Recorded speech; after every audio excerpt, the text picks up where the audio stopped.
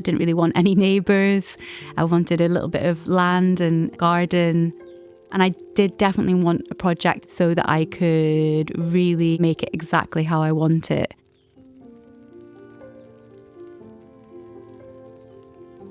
My name is Rachel Dougherty. I live in a super cute and cosy cottage in Aberdeenshire at an 1860s farmhouse. It's a granite cottage. It needed completely redoing. It was cold and damp and had woodworm and rot. I've brought it back to life and made it warm and safe and habitable again. Got 3 bedrooms, 2 bathrooms, a living room and a utility room. So the living room, I wanted it to be super cozy, just so, if it's a rainy Sunday, you can just imagine being in here with the TV on, being able to totally relax and unwind, and that cozy feeling, having blankets and nothing too precious around that you're worried you're going to disturb or mess up. Somewhere that you can kick your shoes off, get cozy on the sofa, pull a blanket over you is important for me in a home.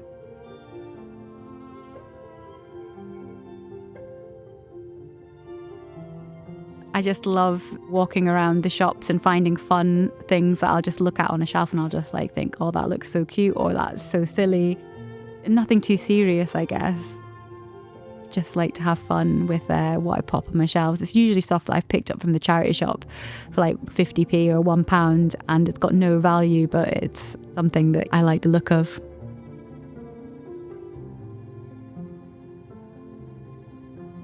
You open the door and you walk in.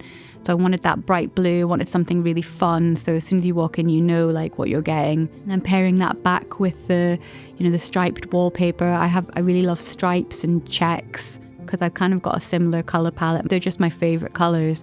So the red and the blue and green. They're colours that I'm naturally drawn to. So they flow throughout the house. And I guess that naturally ties everything together and has become my colour palette. A lot of my lighting is vintage. And then in the bedroom, I wanted to make something really soft and I guess a little bit feminine. It was a white linen tablecloth. My friend was getting rid of it. So I took that and I made that kind of roughly drawstring shade for in the bedroom, which I think just looks really lovely and soft against a cladding roof. I've made a lot of the soft furnishings for the house, so I learned how to make blinds. I made cushions. In terms of DIY, I've done all the painting, done some wallpapering, I've done tiling. I did a tiling course in Edinburgh. I think storage is so important, especially for small homes. My wardrobes in my bedroom are like an IKEA Pax hack, but I've got my local joiners to make the doors, so that the kind of carcasses are all from IKEA, and then the doors are made locally and added to fit in with the cladding that I've got on the ceiling. I love tartan. I've always loved tartan. I did my dissertation about tartan. I think just as a print and as a textiles designer, I'm just really drawn to it.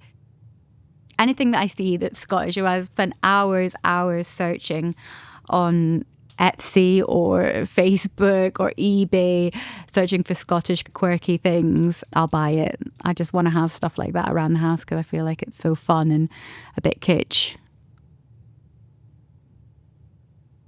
Checks and checkerboard is definitely something that kind of runs through the house, and I guess a traditional tile layout that I really love. So I wanted to have the tiles in the shower room down here in the green and the cream, and then flowing into the utility in the blue and the cream, which I think is one of my favourite things about the house. I then added experimenty glossy colour on the walls in there. And then I wanted to have a bit of properly country cottage wallpaper in there. So I found this vintage Sanderson wallpaper that's got the rose florals and then the stripe running down the back of it. All of my house is room by room. It's connected by colour and pattern, and my general kind of taste and aesthetic. I like the idea of it looking old. I like everything being used and a bit worn, so nothing feels too new or modern.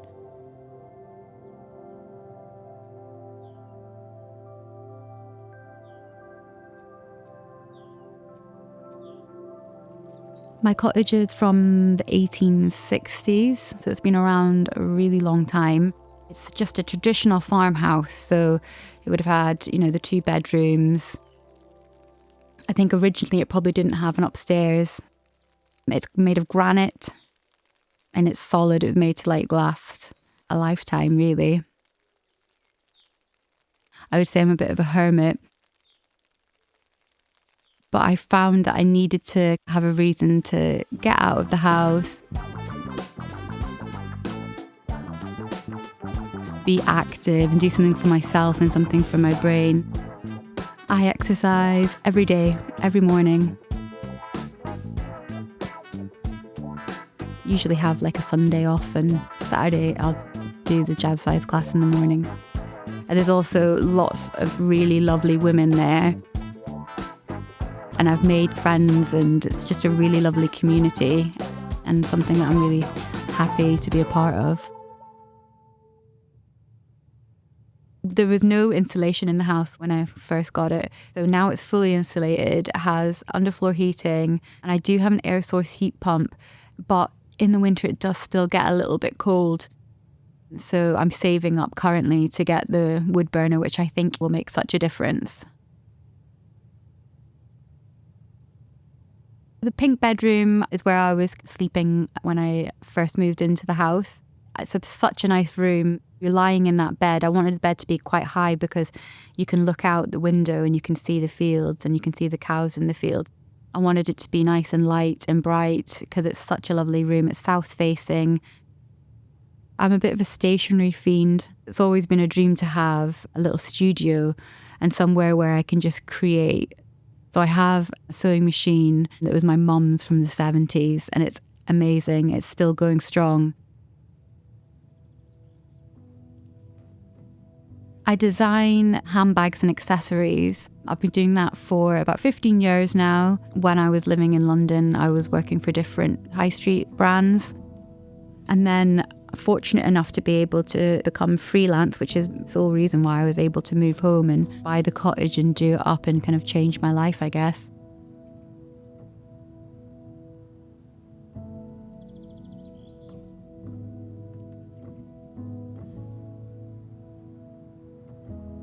It's really important for me to be able to express myself and to be creative, having free reign on my home and being able to do whatever I want and not have to compromise in terms of style or colour or pattern or anything like that. I can just do whatever I like.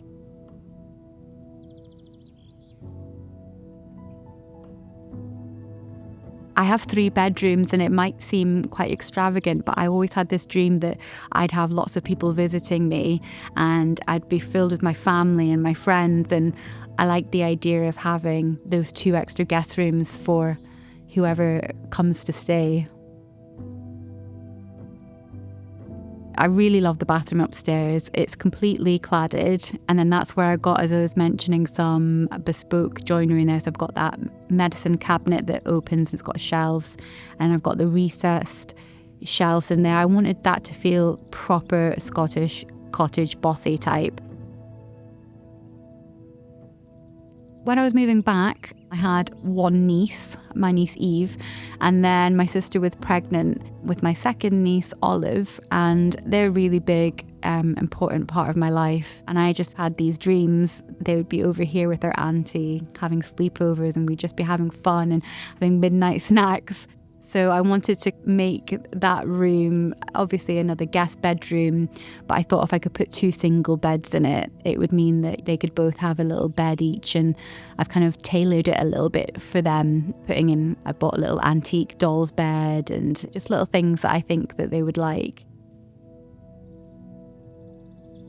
I have a cat called Drizzy, who I love. He's like the best thing ever. He's my best friend, I always say. He's 8 years old. I brought him up from London, so he grew up in the mean streets of London. Now he's here, doesn't know what to do with all this space, but he is loving being here, bringing me lots of presents in most nights. So yeah, that's Drizzy, Drizzbob, Drizzmeister, the king of the cottage.